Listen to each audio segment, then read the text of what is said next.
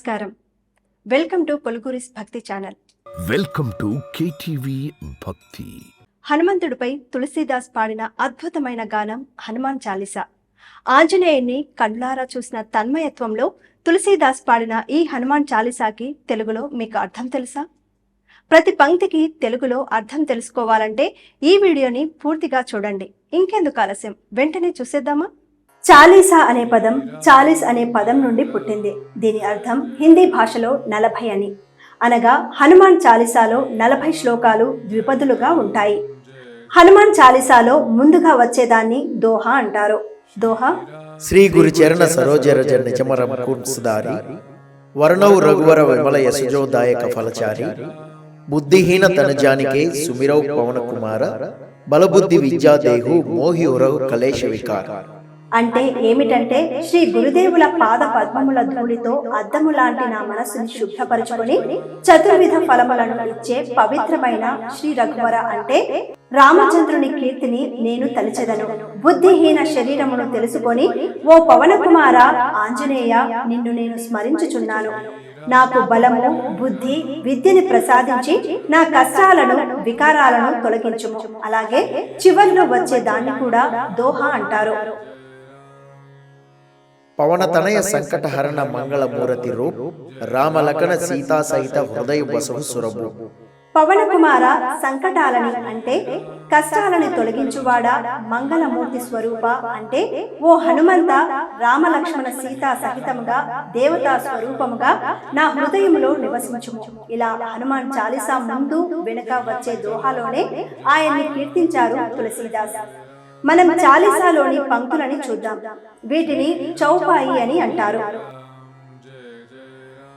జయ హనుమాన జ్ఞాన గుణసాగర జై కపీశ తిహులోక ఉజాగర అంటే ఓ హనుమంత, జ్ఞానము మరియు మంచి గుణముల సముద్రము వంటి నీకు, వానర జాతికి ప్రభువైన నీకు, 3 లోకాలను ప్రకాశింపజేసే నీకు జయము జయము. రామదూత అతులిత బలదామ అంజని పుత్ర పవన సుతనామ. నీవు శ్రీరామునికి దూతము, అమితమైన బలము కలవాడవు, అంజనీదేవి పుత్రుడిగా పవనసుత అను నామము కలవాడవు. ఇలా హనుమాన్ చాలీసాలోని ప్రతి లైనుకి అర్థాన్ని తెలుగులో వివరిస్తూ ఎంఎస్ రామారావు అద్భుతమైన గానం చేశారు. అది ఇప్పటికీ ఎంతో ప్రాముఖ్యతని సంతరించుకుంది.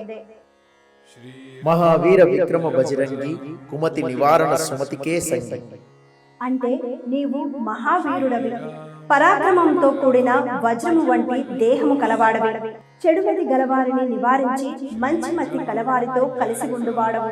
దీనికి కరెక్ట్ గా మీనింగ్ చెప్పాలంటే, నెగటివ్ పీపుల్ ఎవరైతే ఉంటారో వారిని దూరం పెడుతూ మంచి పాజిటివ్ మైండ్ ఉన్న వారితో ఉంటావని, అందుకే నీ వీరత్వం, పరాక్రమత్వం వజ్రంలా వెలుగుతుందని, అలాంటి శరీరం కలవాడివి నువ్వు అని అర్థం. అప్పట్లోనే తులసీదాస్ ఇలాంటి విషయాలు చాలీసాలో వివరించారు. కంచన వర్ణ విరాజ సువేశ కానన కుండల కుంచిత కేశ. అంటే ఏమిటంటే, బంగారు రంగు గల శరీరంతో మంచి వస్త్రములు కట్టుకొని, మంచి చెవిదిద్దులు పెట్టుకొని, ఉంగరాల జుట్టు కలవాడివి నీవు అని అర్థం. హాద వజ్ర ఔరుధ్వజ విరాజై కాందే మోంజ జనేవు సాజై. అంటే ఒక చేతిలో వజ్రాయుధం అంటే గద, మరొక చేతిలో విజయానికి ప్రతీక అయిన ధ్వజం అంటే జెండా పట్టుకొని, భుజము మీదుగా జనేయుని అంటే జంఝాన్ని, యజ్ఞోపవీతాన్ని ధరించిన వాడవు నీవు అని అర్థం. ఈ 4-5 పంక్తుల్లో ఆంజనేయుడి రూపాన్ని వర్ణించారు తులసీదాస్. శంకర సువన కేసరి నందన తేజ ప్రతాప మహాజగవందన.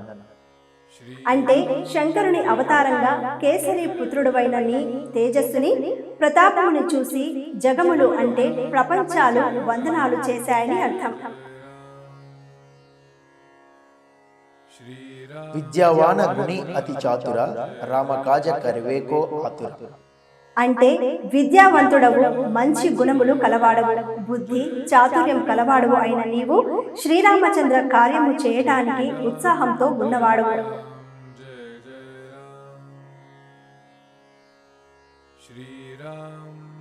ప్రభు చరిత్ర సునివేకో రసియా రామలకన సీతామన వసియా. అంటే శ్రీరామచంద్ర ప్రభువు యొక్క చరిత్రని వినుటలో తన్మయత్వం పొంది సీత రామ లక్ష్మణులను నీ మనస్సులో ఉంచుకున్నవాడవు.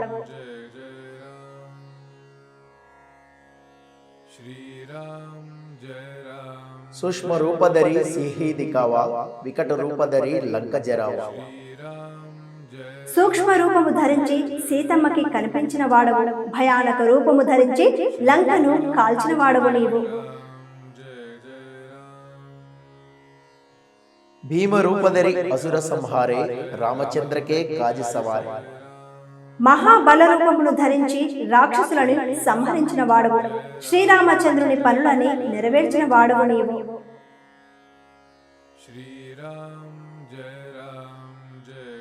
లాయ సంజీవని లఖన జియాయే, శ్రీ రఘువీర హర్షివురలాయే. అంటే ఏంటంటే సంజీవుని తీసుకువచ్చి లక్ష్మణుని బ్రతికించిన నీ వల్ల శ్రీ రఘువీరుడు అంటే రాముడు చాలా ఆనందించాడు అని అర్థం. రఘుపతి కీన్హి బహుత బడాయి, కహా భరత సమతుమ ప్రియ భాయి. దీనినే వేరే విధంగా కూడా పలుకుతారు.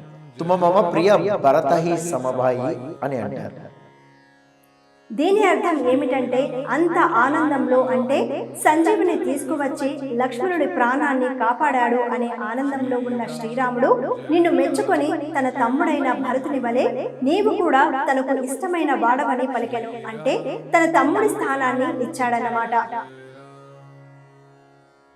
సహజ వదన తుమ్హరో ఎసగావై, అసకహి శ్రీపతి కంటలగావై. అంటే వేనోళ్ళ నిన్ను కీర్తించిన శ్రీరాముడు ఆనందంతో నిన్ను కౌగిలించుకున్నాడు. అంతటి అదృష్టం నీకు లభించింది హనుమ. సనకాదిక బ్రహ్మాది మునీస, నారద శారద సహిత ఈస, యమ కుబేర దిగపాల జహాతే, కవి కోవిద కహి సకై కహాతే. వీటికి అర్థం ఏంటంటే సనకాది ఋషులు, బ్రహ్మాది దేవతలు, నారదుడు, విద్యా విశారదులు, ఆదిశేషుడు, యమ కుబేరాది దిక్పాలుడు, కవులు, కోవిదులు వంటి ఎవరైనా నీ కీర్తిని ఏమని చెప్పగలరు, ఏమని పొగడగలరు? तुम उपकार सुग्रीव ही कीन्हा, రామ మిలాయ రాజపద దీన్హా. అంటే నీవు సుగ్రీవునికి చేసిన గొప్ప ఉపకారము ఏమిటంటే రామునితో పరిచయం చేయించి రాజు పదవిని కలిగించడం. తుమ్హారో మంత్ర విభీషణ మాన, లంకేశ్వర భయే సబజగజాన. దీనర్థం నీ ఆలోచనను విభీషణుడు అంగీకరించి లంకకు రాజు అయిన విషయము జగములో అందరికీ తెలుసు.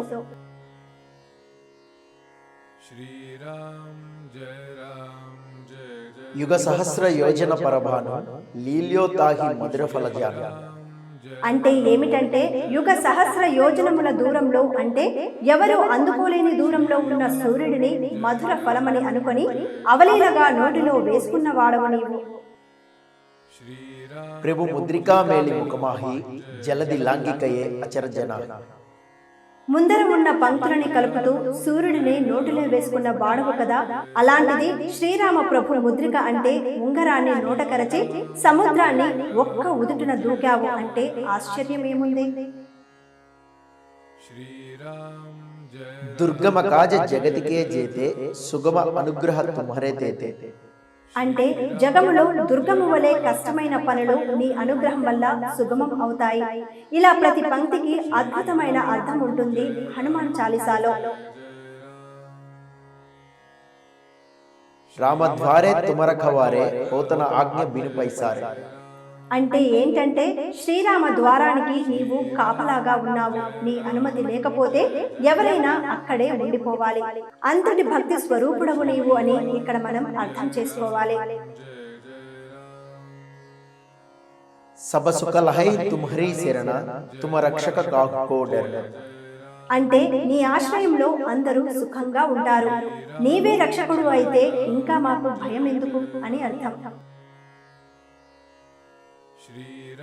ఆపన తేజస్ సంహారో ఆపై, తీనో లోక ఆంకతే కాంపై. అంటే ఏమిటంటే నీ తేజస్సుని నీవే నియంత్రించగలవు. నీ కేకతో 3 లోకాలు కంపించగలవు. అంతటి శక్తి నీలో ఉంది హనుమ అని అర్థం. భూత పిశాచ నికటనేహి ఆవై మహావీర జవ నామ సునావై. దీనికి అర్థం ఏంటంటే భూతములు ప్రేతములు దగ్గరకు రావు, మహావీర అనే నీ నామము చెబితే చాలు. నాసై రోగ హరై సబపీరా జబత నిరంతర హనుమత బలవీర.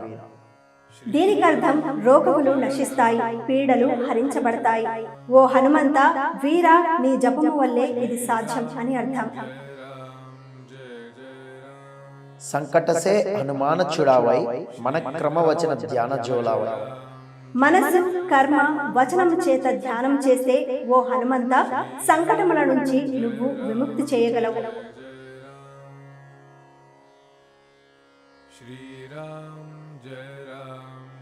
సబపర రామ తపస్వీ రాజా తినకే కాజ సకల తుమ సాజ. అంటే అందరికన్నా తాపసుడైన రాజు శ్రీరాముడు, ఆయనకే నీవు సంరక్షకుడవు. ఔర మనోరథ జోకోయిలావై సోహి అమిత జీనఫల పావై. ఎవరు కోరికలతో నీ వద్దకు వచ్చినా వారి జీవితంలో అమితమైన ఫలితాలని నువ్వు ఇవ్వగలుగుతావు అని అర్థం. చారయుగ పరతాప తుమ్హారా హై పరసిద్ధి జగత్ ఉజియార. అంటే 4 యుగాల్లో నీ ప్రతాపము మరియు జగత్తుకు తెలియపరచబడింది.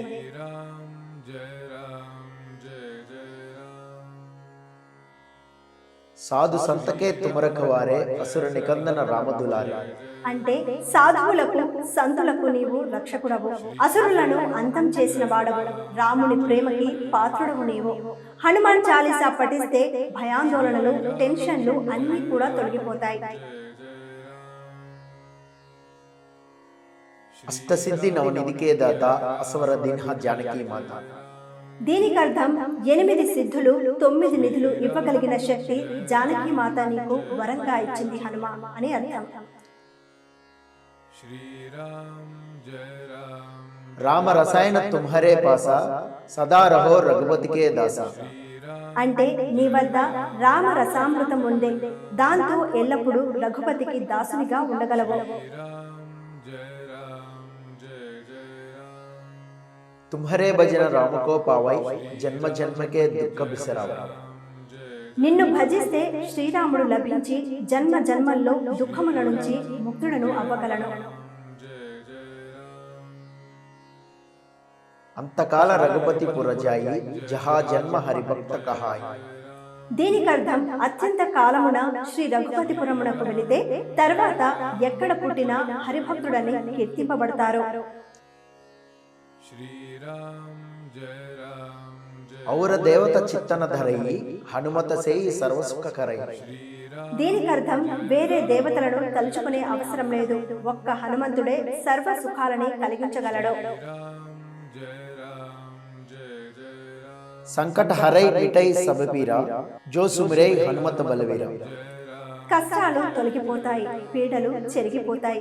ఎవరైతే బలవీరుడైన హనుమంతుని స్మరిస్తారో వాళ్ళకి కష్టాలు ఉండవు అని దీని అర్థం. జై జై జై హనుమాన గోసాయి కృపా కరో గురుదేవకీ నాయ్.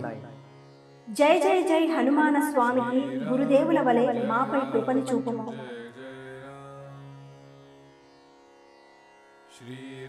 జో శతభార పాటకర కోయి చూటహి బంది మహాసుఖ హోయ్. అంటే ఏమిటంటే ఎవరైతే 100 సార్లు ఈ శ్లోకమును పఠిస్తారో బంధ విముక్తులై మహా సుఖవంతులు అవుతారు. जो यह पढ़े हनुमान चालीसा होई सिद्धि साकी गौरीसा. ఎవరైతే ఈ హనుమాన్ చాలీసా చదువుతారో వారి సిద్ధికి గౌరీశుడే అంటే శివుడే సాక్షి.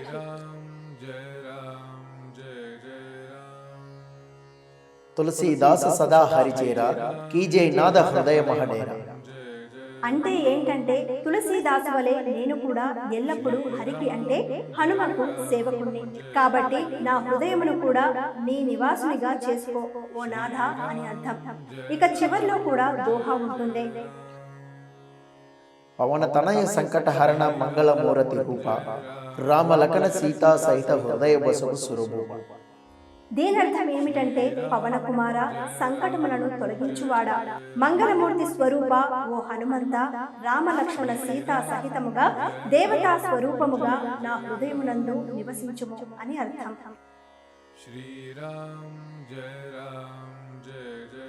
చూశారుగా, హనుమాన్ చాలీసాలోని ప్రతి పదం ఎంతో అర్థవంతమైంది. ఇది విన్నా చదివినా ఆ రాముణ్ణి సేవించినట్లే అవుతుంది. ఇలాంటి ఆసక్తికరమైన ఎన్నో విషయాల కోసం మా ఛానల్ని సబ్స్క్రైబ్ చేసుకోండి.